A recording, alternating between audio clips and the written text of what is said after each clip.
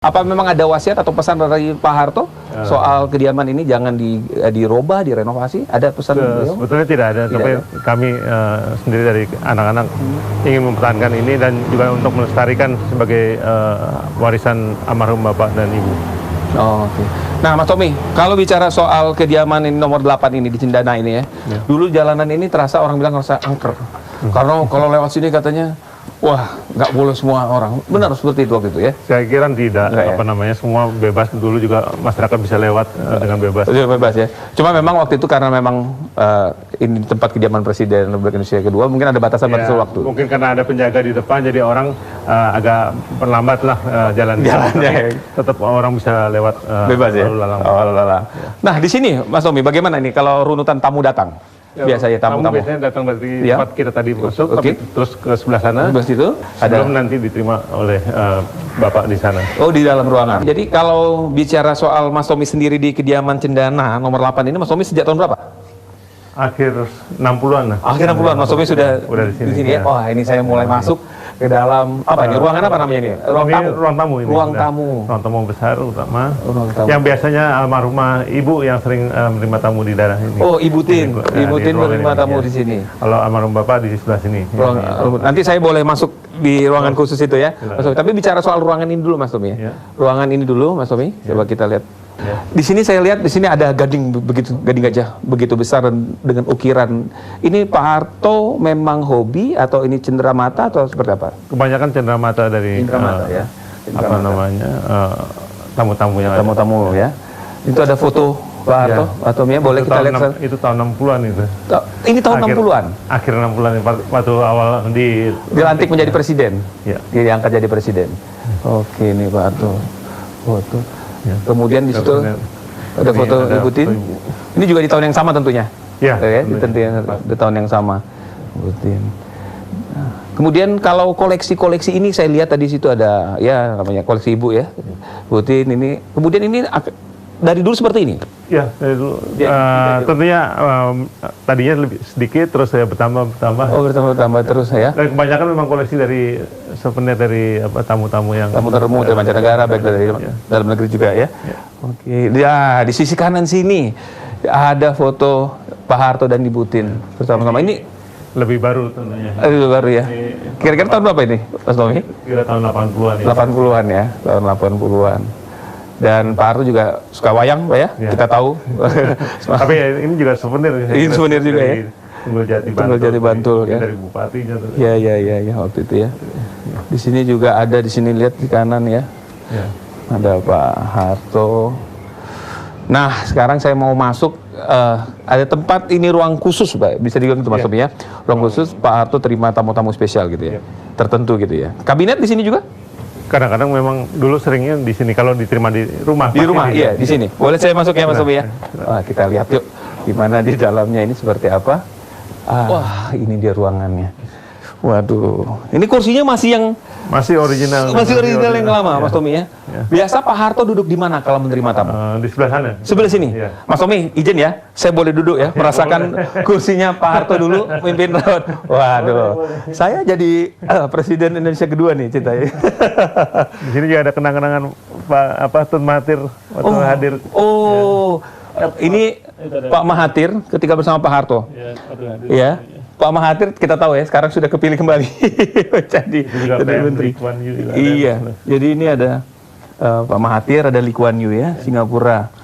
Waduh, jadi di sinilah biasa Pak Harto menerima tamu-tamu dan kabinetnya kalau di rumah memanggil menterinya di sini.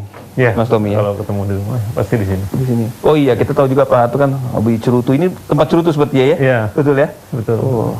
Oh, ini ada tempat kacamatanya buat kalau baca mungkin ada laporan-laporan yang lebih. Oh, ini masih semuanya original ini. Ada stabilo. Iya, stabilo semua. Waduh. Itu ada lukisan Anoman ya. Anoman. Lagi perang dengan Rahwana. Nah, kita bicara di ruangan khusus, saya mau pindah lagi nih. Ini semuanya masih original loh. Ya. Ini kalau kita bilang di sini semuanya masih sama, tidak ada yang berubah. Kursi semua sampai horden ya, Mas Tommy.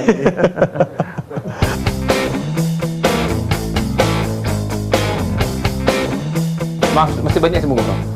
Silakan. Oh ya duduk, oh boleh Mas, saya duduk dulu ya. Saya ajak keliling terus Mas Tommy. Sebelum ngobrol saya duduk sini. Banyak pertanyaan Mas Tommy. Kemana sebenarnya Mas Tommy selama ini sih Mas Tommy? Karena Mas Tommy jarang terlihat gitu. Kan kemudian sekarang muncul tiba-tiba dengan partai baru gitu.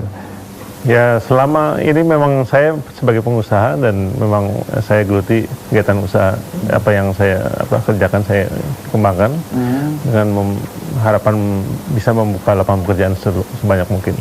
Grup Humpus itu masih ada Mas ya? Masih ya, alhamdulillah ya. Itu masih ada ya. Karena itu terkenal sekali tuh kalau Mas Tommy dengan Humpusnya, kemudian kita tahu juga Mas Tommy dengan dunia bisnisnya Mas, tapi bicara sebelum masuk ke dunia bisnis Mas Tommy, kita bicara yang kekinian dulu Mas. Mas Tommy sekarang Ketua Umum Partai Berkarya. Apa sih yang membuat Mas Tommy akhirnya itu memilih mendirikan partai? Ya saya kira kita telah 20 tahun reformasi, tapi hasil yang didapat tidak ada arah yang jelas untuk kita kapan menjadi negara maju. Nah disinilah kami terpanggil, dan juga yang katanya dengan bahwa zaman dulu KKN sangat parah dan sebagainya dan otoriter dan sebagainya. Nyatanya sekarang lebih parah. KKN itu dengan OTT, coba bisa ditanyakan ke KPK itu berapa ratus kepala daerah terkena OTT dan sebagainya. Belum lagi masalah korupsi nasional yang begitu. Jadi Mas Tommy melihatnya sekarang reformasi tidak lebih baik daripada di Orde Baru, begitu? Saya kira faktanya juga penyelundupan narkoba. Dulu mungkin on satu bungkus atau paling banyak kiloan. Sekarang tonan. Gimana anak cucu kita akan bisa hidup lebih baik? Kita katanya negara Pancasila, tapi pendidikan Pancasila tidak diterapkan di kurikulum nasional. Tapi kalau soal korupsi banyak yang mengatakan ya kalau di zaman dulu kan belum ada KPK-nya, Mas Tommy. Jadi tidak terungkap korupsinya sebegitu. Tapi kejaksaan juga ada, polisian ada. Ya, jadi saya kira kembali lagi, apakah sekarang lebih baik? Itu ya. Gitu. Jadi membandingkannya kalau Mas Tommy melihat seperti itu. Nah, Partai Berkarya ini Mas Tommy dirikan untuk itu, memperbaiki atau seperti apa sih? Dengan partai-partai yang sudah ada? Selama 20 tahun ini kita nggak pernah tahu kapan kita menjadi negara maju, kapan kita akan tinggal landas.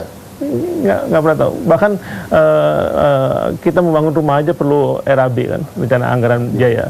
Sementara kita bangun negara nggak punya RAB yang jangka panjang. Kita dulu kenal GBHN, kita kenal Repelita. Dan sekarang nggak ada sama sekali. Nah ini gimana bangun negara hanya berdasarkan APBN? Ya, akan sulit. Nah, akhirnya utang kita juga meningkat. Artinya Partai Berkarya itu, Mas Tommy ini menjanjikan apa? Kan sudah banyak partai. Apalagi dulu Mas Tommy juga di Partai Golkar kita tahu. Kemudian Mas Tommy hengkang atau mendirikan partai sendiri apa? Karena kecewa dengan Golkar atau apa? Ya, saya kira Golkarnya sih itu kan cuma wadah ya, tapi manusia-manusia oknumnya yang memang sudah pemikirannya sudah jauh daripada kepentingan rakyat itu sendiri. Karenanya kami tidak memaksakan itu untuk merebut, tapi kami mendirikan partai baru ini. Keluarga termasuk Mas Tommy tidak menyayangkan Mas harus meninggalkan Partai Golkar yang dibesarkan oleh almarhum Pak Harto? Saya kira tidak demikian, karena memang partai itu adalah cuma kendaraan. Yang penting kan manusianya.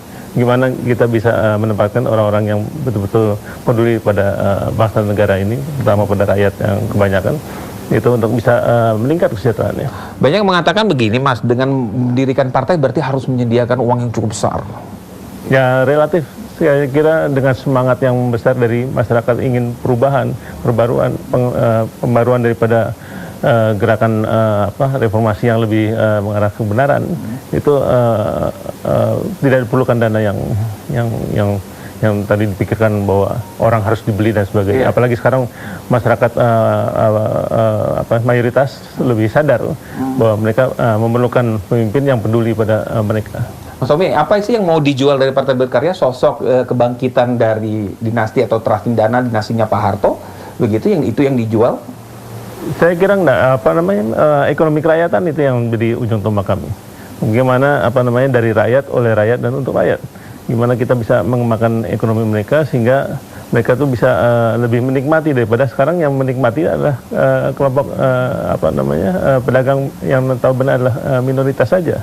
Ini bukan yang kita nggak suka dengan minoritas, tapi harus lebih adil lah. Meskipun dulu juga di zaman Pak Harto ada orang mengatakan juga dinikmati oleh sekelompok orang tertentu juga. Ya.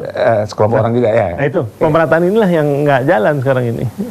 Dan kalau apa namanya GDP dipakai untuk barometernya, yang menikmati GDP itu siapa?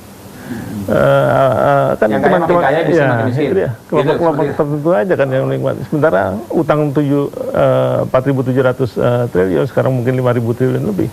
Itu yang tanggung adalah 260 juta rakyat. Tapi ada yang mengatakan bahwa utangnya sekarang kan juga utang bagian dari apa namanya turunan dari zamannya Orde Baru. Coba bandingkan aja secara objektif. Berapa utang Orde Baru? Ya, tentu bertambah. Dulu laporan pertanggungjawabannya almarhum Pak Harto di MPR tahun 98, utang pemerintah itu 54 miliar dolar. Kalau di kurs 3.000 saja, itu 150 miliar, 150 triliun rupiah. Ya. Sekarang 4.300, itu dengan kurs 13.000, sekarang 14.400 ya, lebih tinggi kan. Nah, dengan melihat itu semua, Mas Tommy yakin dengan apa Mas Tommy sekarang mendirikan partai itu semua bisa lebih baik? Tentunya dengan syarat kami harus juga masuk ke kelompok 3 besar di Nah, ngomong ini menarik nih, karena banyak partai-partai loh sudah nih Mas Tommy bermunculan ya. Kemudian paling tidak ada 3 partai baru lagi nih yang dari sebelumnya periode yang lalu 5 tahun yang lalu. Sekarang targetnya Mas Tommy sendiri suara berapa? Suara partai? Saya telah menarikkan pada waktu Rapimnas saya dilantik bahwa satu dapil, kita punya secara nasional itu 80 dapil daerah pemilihan. Satu dapil itu satu kursi, berarti ada 80 kursi. Dan 80 kursi itu kita kurang lebih akan menguasai 13,9%.